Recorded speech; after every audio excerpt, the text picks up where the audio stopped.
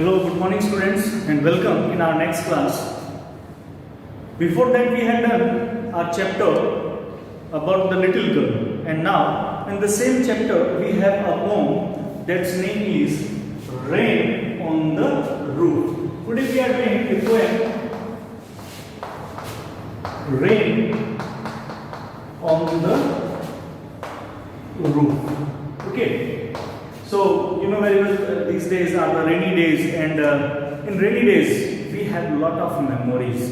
So here in this poem we will talk about the rain days. इस poem के अंदर हम बरसात के जो दिन हैं उन rains days के बारे में बात करेंगे, बरसात के दिनों के बारे में बात करेंगे कि कैसे जो बरसात के दिनों के अंदर जो बादल है वो मंडराते हैं, how the black clouds hover on the sky and then suddenly they burst out. Look like that the sky is weeping, कि अचानक ही वो क्या है फट पड़ते हैं, बारिश तेजी से होने लगती है और ऐसा लगता है कि जैसे आसमान रो रहा है। और फिर उसके बाद में जैसे ही उनकी आवाजें आती हैं, as we listen to the drops of the rain, जैसे ही हम बारिश की बूंदों को गिरते हुए on our roof, हमारी छत के ऊपर बारिश की बूंदों को गिरते हुए देखते हैं, the sounds looks so amazing, so sweet.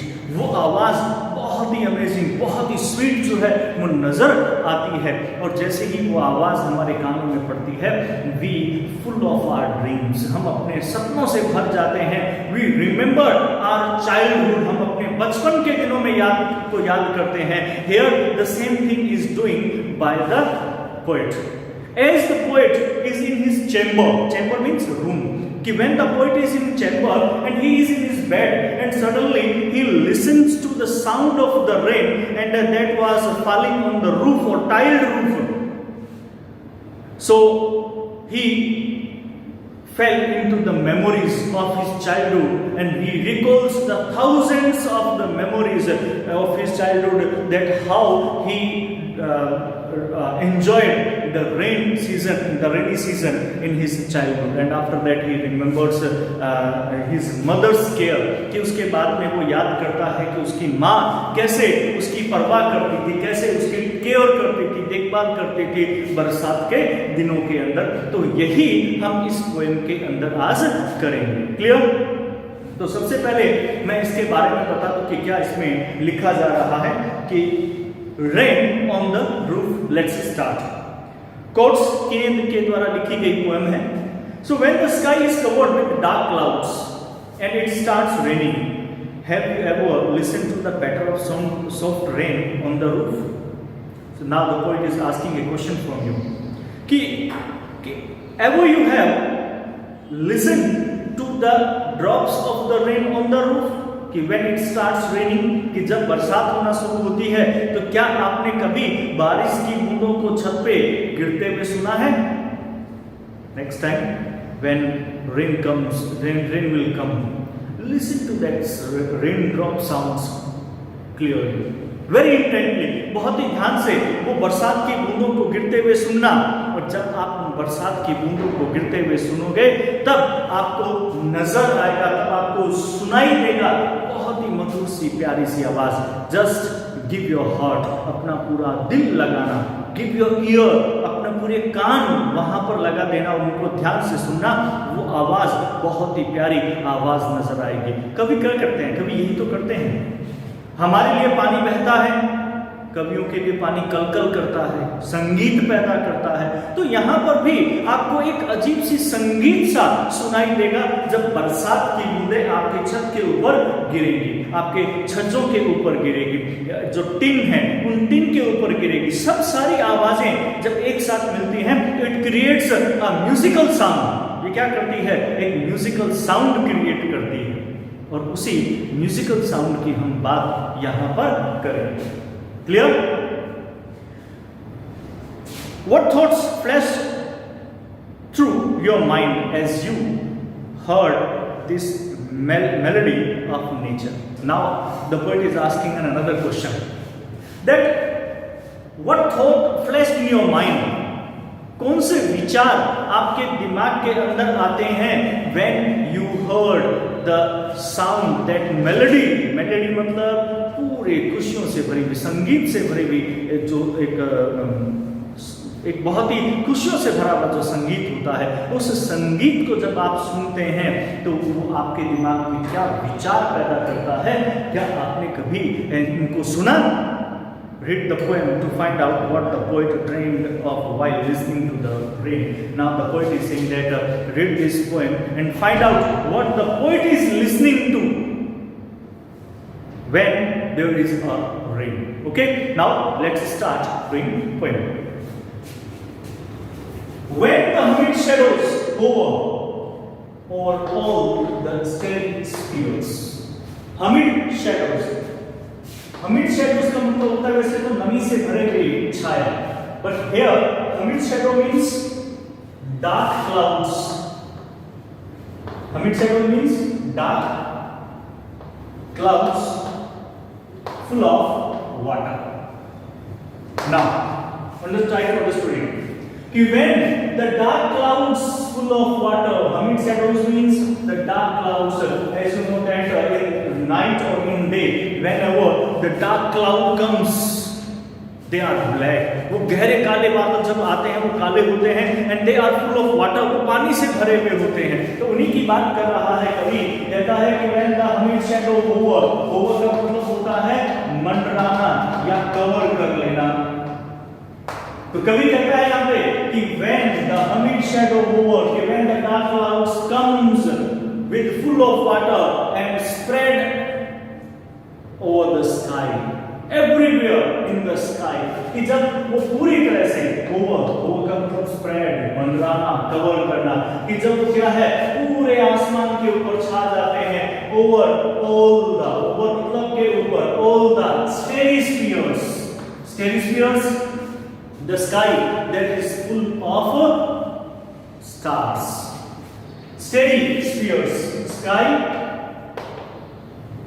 that is full of stars. कि आसमान जो तारों से भरा हुआ है, कवि कहता है कि वो आसमान जो तारों से भरा हुआ है, उस तारों से भरे हुए आसमान के अंदर रात को जब क्या है डार्क क्लाउड्स, गहरे काले बादल जो पानी से भरे हुए हैं वो आते हैं और पूरे आसमान पर, वो आसमान जो तारों से भरा हुआ है पूरे आसमान पर छा जाते हैं और उसे पूरी तरह से ढक लेते हैं। वो दृश्य अपने आप में अलग ही होता है। That scene is different and a very melodious scene, we can say. And the melancholy darkness, melancholy full of sadness, sad, melancholy means sad. Now the poet is said because night is always refers to sadness and day is always for happy things, कि दिन जो है कभी भी ध्यान रखना, जब भी पोएम पढ़ेंगे तो नाइट और डे को जो पोएट है वो हमेशा डिस्क्राइब करता है। किस रूप में डिस्क्राइब करता है? नाइट को हमेशा सैडनेस में कहा जाएगा, दुख में कहा जाएगा, और डे जो है वो डे हमेशा आपके किस रूप के लिए यूज किया जाएगा? डे हमेशा आपकी खुशियों के लिए यूज किया जाएगा। तो यहाँ पर जो कवि है वो क्या कहता है? कवि कहता है कि एंड द मेलंकली डार्कनेस, और वो मेलंकली दुख से भरा हुआ अंधेरा, क्योंकि अंधेरा हमेशा दुख का ही द्योतक होता है। पर यहाँ पर वो क्या कह रहा है कवि? कवि कहता है कि एंड द मेलंकली डार्कनेस, और वो अंधेरा जेंटली वीप्स, जेंटली मतलब हल्के से, स्लोली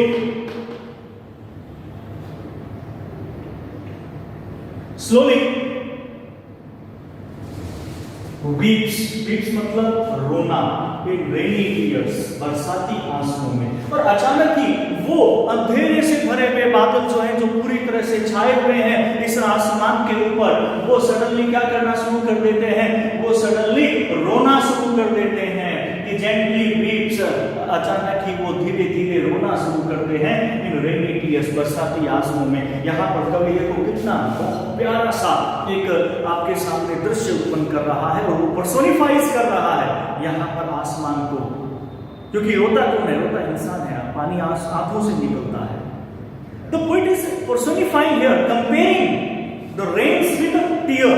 वो क्या कर रहा है, वो बरसात को वो किसके साथ में कंपेयर कर रहा है, आंसुओं के साथ में। बरसात की जो बूंदें हैं, rains drop is comparing here with the tears, की जो कवि है वो बरसात की बूंदों को आंसुओं से कंपेयर कर रहा है। और आंसुओं से कंपेयर करते हुए वो क्या कहता है कि अचानक ही वो बादल फट पड़ते हैं और वहां से बूंदें जो है एक आंसुओं के रूप में गिरने लगती है। ऐसा लगता है कि जैसे बादलों ने रोना शुरू कर दिया है। It looks like that the sky starts weeping.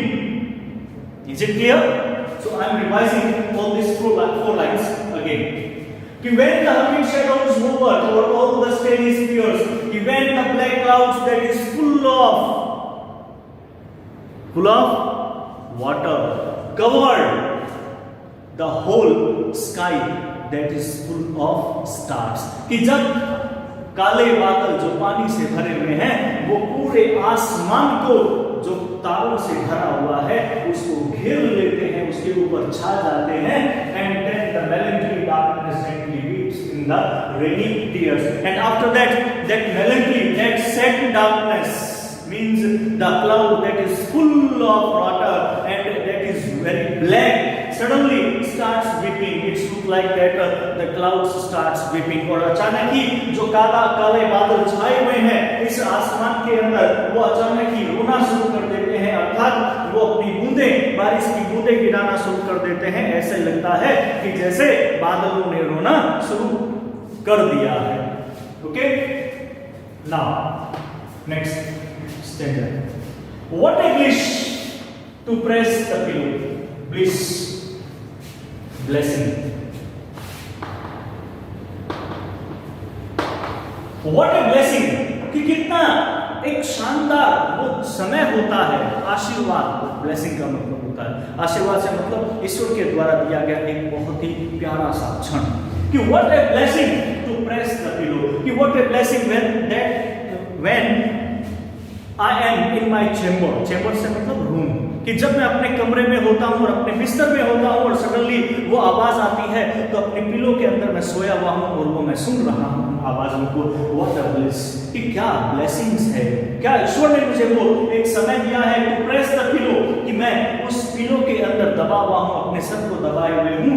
Of A cottage, एक झोपड़ी के चैम्बर मतलब रूम, कि एक झोपड़ी के कमरे के अंदर मैं सोया हुआ हूँ। बेड यानी कि बिस्तर, कि झोपड़ी के कमरे के अंदर एक बिस्तर में मैं सोया हुआ, पिलो के अंदर अपने सर को दबाए हुए हूँ और सडनली मैं बारिश की आवाजों को सुनता हूँ। I am sleeping in my chamber, मैं अपने कमरे में सोया हुआ हूँ। And I am in my bed and my head is under the pillow, मेरा सर पिलो के नीचे है। And suddenly I hear the sound, और अचानक ही मैं आवाज सुनता हूँ। And lie listening to the pattern, और मैं वहां लेटा लिसनिंग टू, मैं सुनता रहता हूँ द पैटर्न मींस साउंड, वो जो आवाज आती है ना ये साउंड है।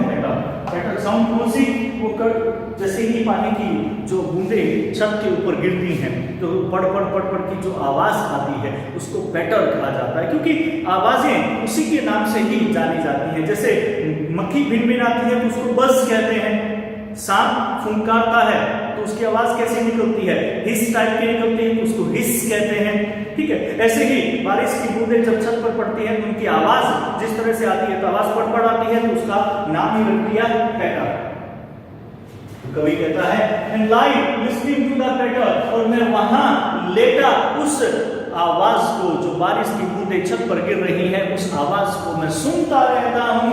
Of the soft rain overhead, of the soft rain, वो मुलायम सी बूंदें ओवरहेड मतलब सर के ऊपर अर्थात छत पर, कि मैं वो बारिश की मुलायम बूंदें मैं लेटा सर के ऊपर सुनता रहता हूं और मुझे बहुत अच्छा लगता है। क्लियर? Now next stanza. अगर इसमें कोई प्रॉब्लम हो तो आप मुझे मैसेज करके पूछ सकते हैं। Every tinkle on the shingles, कि when I heard every tinkle on the shingles, tinkle means same sound, better than tinkle, both are used for the sound, the rainy sound. दोनों ही रेनी साउंड के लिए use की जाती है। Over the singles, singles means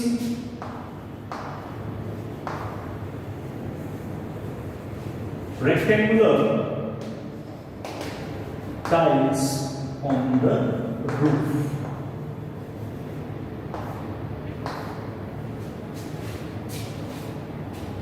Rectangular tiles on the roof.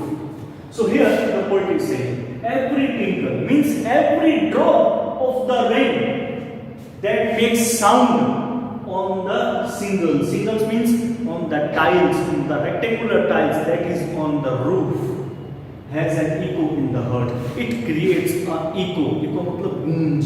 It creates a sound, echo sound in the heart. कि जैसे ही एक भी बूंद पानी की वो रेक्टेंगुलर जो टाइल्स छत के ऊपर लगी होती है उसके ऊपर गिरती है तो वो एक आवाज पैदा करती है और उस आवाज की गूंज मेरे हृदय में मेरे सपनों को पैदा करती है। एक उसकी गूंज मेरे हार्ट में पैदा होती है। And A thousand dreamy fancies, and A thousand means several, बहुत सारे, हजारों ड्रीमी फैंसीज। फैंसीज का मतलब होता है थॉट्स, विचार। Fancies means thoughts. कि देन 1000 ड्रीमी फैंसीज, ड्रीमी मतलब सपने, कि तब हजारों की तादाद में मेरे पुराने सपने इनटू बीसीबी स्टार्स, जो कि क्या है बिल्कुल व्यस्त हो जाते हैं, अर्थात कम्स कंटिन्यूअसली स्टार्ट मतलब शुरू हो जाना। कि जब मैं उन बूंदों को, बारिश की बूंदों को छत के ऊपर गिरते हुए सुनता हूं और एक गूंज पैदा होती है मेरे हृदय में, तो उस गूंज से मेरे हजारों वो पुराने सपने वापस से शुरू हो जाते हैं जो मैंने बचपन के अंदर उस बरसात में बिताए थे। I start dreaming of those my childhood days when I spent my too much time in rain. So I start dreaming, मैंने सपना देखना शुरू कर दिया, मैं सपने देखने लगता हूँ। And 1000 recollection, वही same 1000 means several, and then several recollection मतलब पुरानी यादें, कि और फिर हजारों वो पुरानी यादें वापस से आने शुरू हो जाती हैं। वेव का मतलब होता है बुनना, वो बुनना शुरू कर देती हैं। दे आर उनके एयर थ्रेड्स, हवाई धागे इनटू वूफ। वूफ क्या होता है? लूम को बोलते हैं कि जब धागा बनाते हैं तो अलग अलग छोटे छोटे, देखिए मैं आपको एक घर की सी चीज बताता हूँ। आपने देखा होगा कि एक इस प्रकार से घरों के अंदर एक बना हुआ होता है यूं, इसमें धागा डालते हैं और फिर इसको क्या है घुमाना शुरू कर देते हैं, तो 3-4 धागे एक साथ आते हैं और वो स्पिन होते हैं और स्पिन होकर के यहाँ पर एक रस्सी सी बनती रहती है, उसको लूम कहा जाता है पुराने समय में। फिर उसके बाद में नया आया, उसमें इस प्रकार से एक जो है वो लूम बनाया गया जिसके अंदर अलग अलग धागे जो है वो डाले गए और वो इसको फिर खींचा जाता है और फिर एक साथ जो वो धागा बनाया जाता है। तो डिफरेंट थिंग्स होती है, तो इसको लूम कहा जाता है। Threads woven across the loom.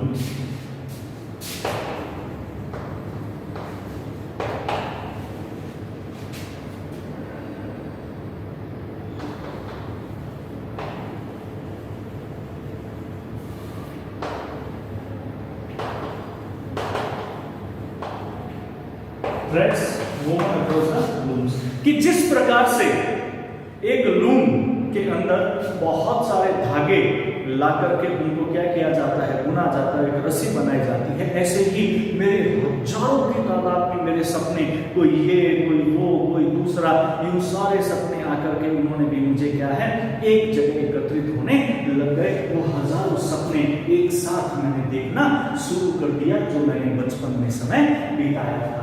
As I listen to the patter, कब मैंने ऐसे सपना देखना शुरू किया?